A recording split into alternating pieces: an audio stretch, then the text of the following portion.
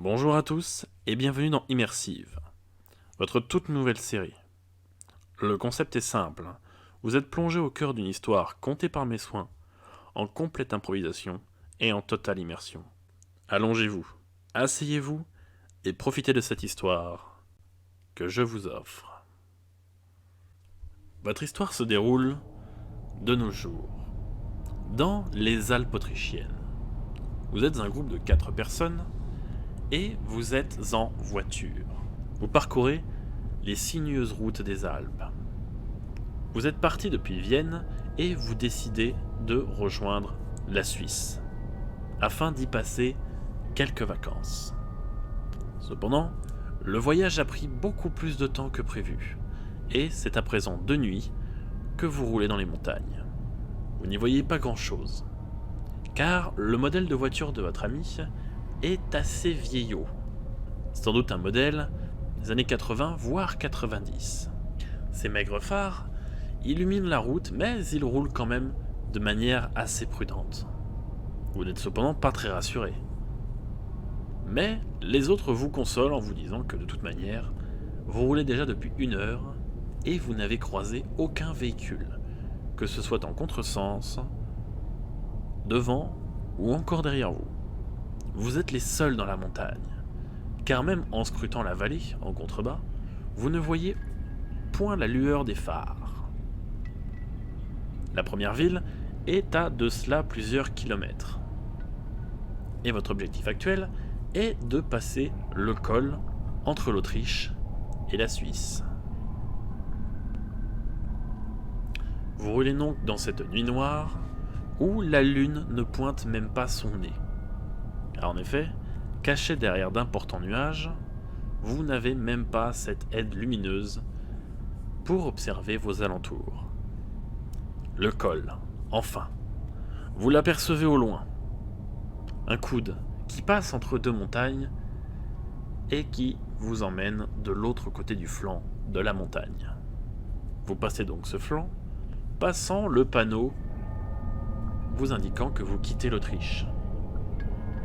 Vous rentrez donc enfin en Suisse. Vous faites donc le tour comme si vous faisiez demi-tour. Mais cette fois-ci, vous descendez la montagne. Il y a, à un moment, un autre embranchement sur votre gauche. Vous le prenez et faites ainsi à nouveau le tour de la montagne.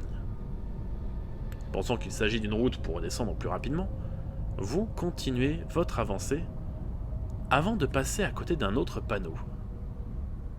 Vous n'y avez pas vraiment fait attention, mais l'une de vos amies vous dit quand même que ce panneau, eh bien, elle avait l'impression qu'il y avait marqué « Vous quittez l'Autriche » dessus. Ne croyant pas vraiment votre ami, il continue de rouler tranquillement. Un nouveau virage à gauche, et vous continuez votre descente avant d'éclairer à nouveau un panneau. Votre ami cette fois demande à ce que la voiture soit arrêtée. Et vous vous arrêtez en pleine rue, les phares éclairant ce panneau orange indiquant « Vous quittez l'Autriche ».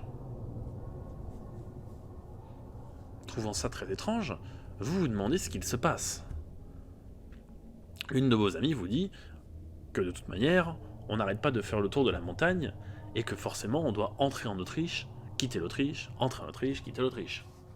Cette explication ne vous convainc pas vraiment et vous et votre ami décident de faire quelque chose qui n'est pas dans ses habitudes. Elle prend une canette qu'elle avait finie quelques minutes auparavant et la jette sur la route. Elle vous dit qu'on verra bien si on la retrouve en repassant à nouveau. Votre ami donc démarre la voiture et vous descendez la montagne. La nuit était quand même très silencieuse. Les brefs instants où votre ami a ouvert la vitre, il n'y avait pas un bruit, à part le bruit du moteur ronronnant. Vous roulez à nouveau, et c'est à un nouveau passage à gauche que vous continuez votre descente avant d'arriver devant un panneau orange vous indiquant que vous quittez l'Autriche. Impossible, vous pensez, et votre ami ouvre la porte en disant « Mais regardez, elle y est !» avant de poser ses yeux sur la canette qu'elle avait jetée plus tôt. Vous commencez donc tous un peu à flipper, et votre ami vous dit qu'il a pris la décision de faire demi-tour. Vous remontez donc en voiture, et vous faites votre demi-tour pour remonter la montagne. Alors que vous roulez depuis déjà quelques minutes, vous, le copilote de votre ami, lui signalez qu'il y a quelqu'un sur la route. Effectivement, une femme toute blanche vêtue se trouve en face de vous. Elle s'approche doucement de vous, les cheveux noirs ébène, et toque avec son index à la vitre. Vous distinguez à peine son visage, et votre ami entrouvre la fenêtre. Il demande « Qu'est-ce que cette dame veut et qu'est-ce qu'elle fait ici ?» Elle leur répondra que ce n'est pas la route pour la Suisse. Ils doivent faire demi-tour et descendre la montagne. Le conducteur répond qu'il y a un problème et que la route est bloquée. La femme lui répondra « Non, la route n'est pas bloquée. Il suffit juste d'y aller un peu plus vite. » Le jeune homme, par acquis de conscience, lui demandera « Que faites-vous là ?» La jeune femme lui répondra qu'elle attend déjà depuis longtemps. Ne comprenant pas, les filles à l'arrière disent « Mais c'est impossible, nous n'avons vu personne en descendant. » La femme devait sans doute être cachée, de peur de se faire renverser par un véhicule. Le jeune homme lui proposa alors de monter à bord, qu'il la déposerait au premier village suisse qu'il rencontrerait. Elle monte à bord, glaçant le sang de toutes les personnes dans le véhicule. Vous faites donc demi-tour, et votre véhicule redescend la montagne. Passant devant le panneau autrichien, vous continuez votre route. Cette fois-ci, avant de tourner à gauche, la femme que vous avez pris en stop se jette à l'avant du véhicule et appuie sur l'accélérateur. Vous l'attrapez, tentant de la retirer de l'accélérateur, mais c'est comme si vos mains passaient au travers d'elle. Votre véhicule accélère et votre ami donne un violent coup de volant et freine. La voiture est secouée, percute le mur et vous sonne. À peine quelques secondes après avoir perdu brièvement connaissance, la voiture est encastrée dans la roche. Vous décidez de bouger légèrement avant de constater l'instabilité du véhicule. La femme blanche aux cheveux noirs n'est plus là. Et l'une de vos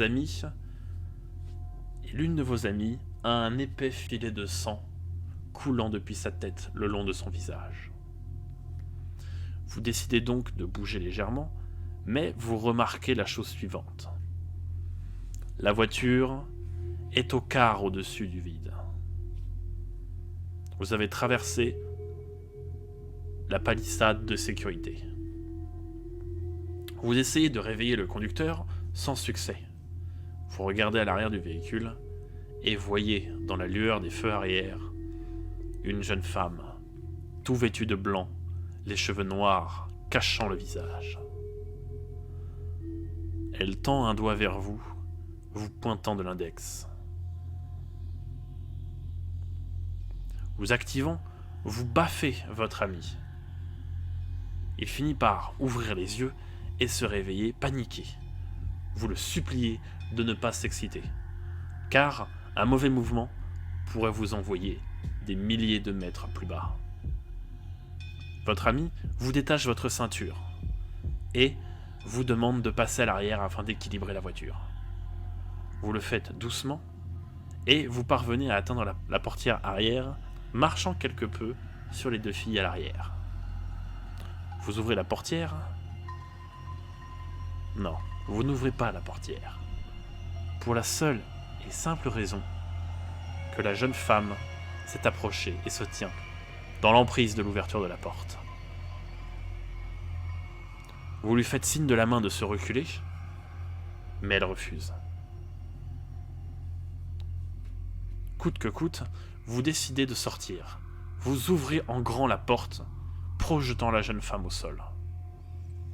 Vous rampez sur le sol, et vous êtes enfin extirpé du véhicule.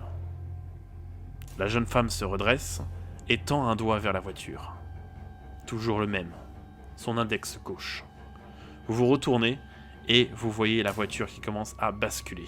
Vous tentez de la retenir avec vos maigres bras, mais vous ne faites que vous arracher les ongles.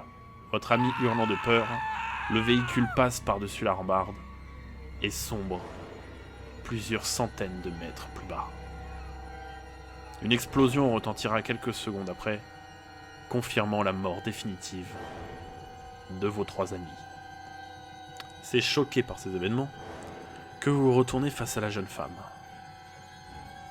Ne la voyant plus, vous scrutez dans le noir complet afin de tenter de voir où elle est. Votre vue ne s'est pas encore acclimatée. Et vous sortez votre téléphone afin de pouvoir y voir quelque chose en allumant la lampe. Vous scrutez les alentours et vous découvrez sur votre droite un tunnel. Ce tunnel n'était pas là la première fois, ni toutes les autres d'ailleurs. N'apercevant pas la jeune femme, vous décidez de vous engouffrer dans le tunnel, pensant trouver de l'aide. Vous pensiez peut-être avant utiliser votre téléphone. Cependant, l'absence de réseau total vous a rapidement dissuadé de cette idée. Vous entrez dans le tunnel et avancez inlassablement vers la sortie. Vous marchez pendant des minutes, des dizaines de minutes, peut-être 1 heure, peut-être plus. Au bout d'un moment, vous vous dites que vous avez marché au moins plus de 2 ou 3 heures. Et c'est vrai. En regardant l'heure de votre téléphone, il est 3 heures de plus qu'à l'heure de l'accident. Vous décidez de faire demi-tour, mais au bout de 4 heures, vous n'êtes toujours pas sorti du tunnel. Vous courez jusqu'à épuisement, sans jamais trouver la sortie. Si un jour, au beau milieu de la forêt, ou au beau milieu des montagnes, une jeune femme au visage indescriptible se présente à vous, toute vêtue de blanche et aux cheveux noirs comme la nuit, et vous demande de l'emmener, réfléchissez à 2 fois, car cela pourrait être votre dernière bonne action au sein de cette immersion.